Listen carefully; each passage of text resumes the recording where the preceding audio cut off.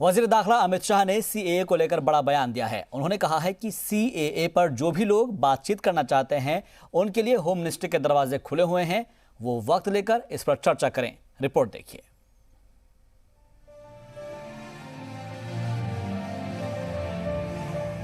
Delhi assembly इंतखाब से कबल CA को लेकर सख्त बीजेपी के रुख में अब नरमी आने लगी है। यह सवाल इसलिए क्योंकि सीए को लेकर वजीर दाखिला अमित शाह ने बड़ा बयान दिया है। न्यूज एजेंसी पीटीआई के हवाले से आई खबर के मुताबिक अमित शाह ने कहा कि वो सीए को लेकर किसी से भी बातचीत के लिए तैयार हैं। उन्होंने कहा कि जिसे भी सीए पर चर्चा करनी है वो मेरे ऑफिस से वक्त मांग सकता है। मैं 3 दिन के अंदर उनसे चर्चा करूंगा।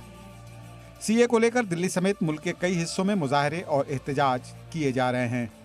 दिल्ली के शाहीन बाग में तकरीबन 60 दिनों से सीए के खिलाफ आम लोगों का एहतजाज जारी है।